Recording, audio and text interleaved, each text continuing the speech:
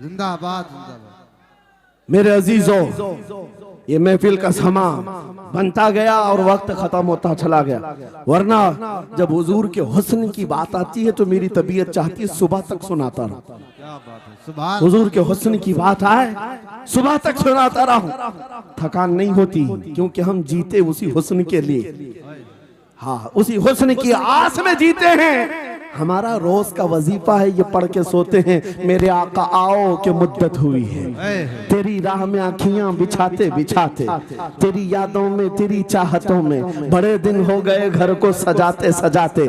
या रसूल अल्लाह, सुना है आप हर आशिक के घर तशरीफ लाते हैं, मेरे घर में भी हो जाए चिरागा, या रसूल अल्लाह, मेरे घर में भी हो जाए चिरागा। या रसूल अल्लाह। ये तलब हमें जीना सिखाती है। जब ज्यादा गम सताने लग जाएं, जब ज्यादा मुसीबतें आने लग जाएं, है नौजवानों, इसको उसको शिकवे मत सुनाना, बरेली के इमाम का वजीफा सुनो, उनके निसार कोई कैसे ही रंज में हो, जब याद आ गए हैं सब गम भुला दिए, सुभान अल्लाह।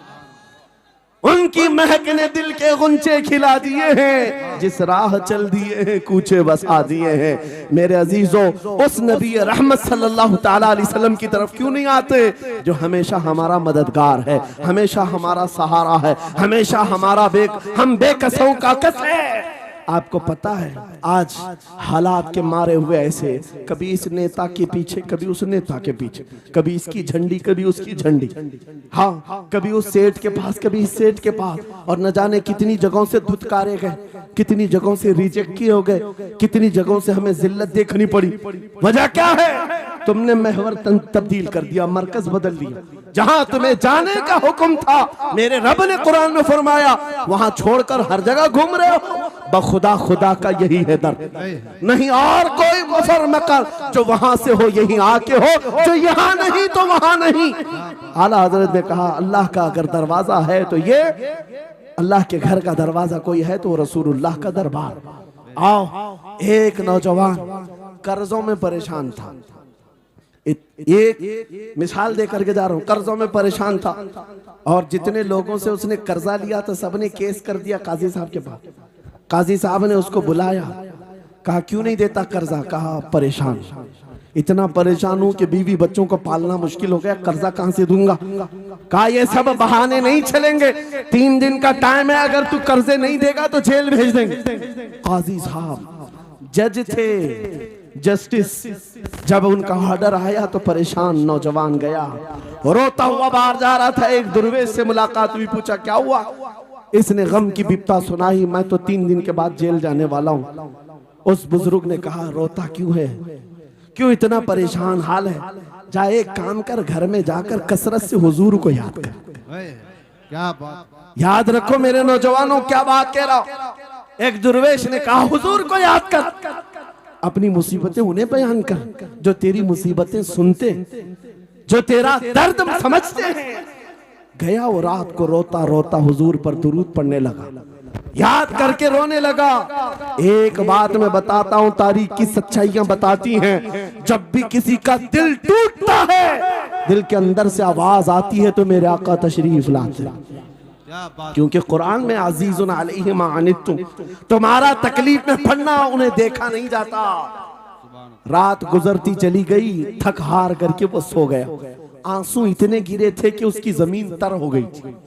रोते रोते रात को सोया, आंखें बंद हुई, ख्वाब में ताजदारे मदीना तशरीफ लाए।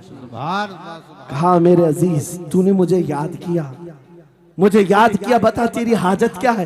रो करके कहने लगा, आका आपसे कोई हाल छुपा नहीं है, मैं परेशान हूं, मुझे 3 दिन का वक्त दिया गया है, मुझे जेल भेजा जाएगा।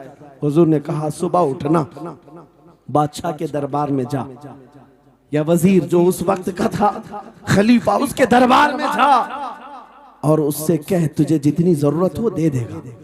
इस गरीब ने कहा, आका बादशाह का दरबार बड़ा दरबार है, वो मुझे पहुंचने कहां देंगे, और फिर अगर मैं कहूं आपने भेजा है तो वो तो मुझे रिजेक्ट कर देंगे, ऐसे ही झूठे लोग आते हैं।